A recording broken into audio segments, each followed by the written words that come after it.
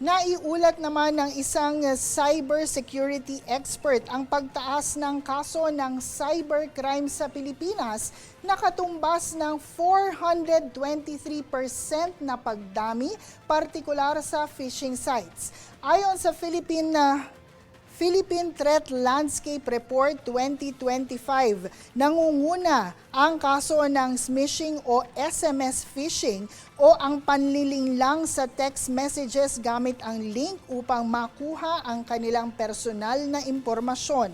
Habang halos dumoble rin ang insidente ng ransomware attack.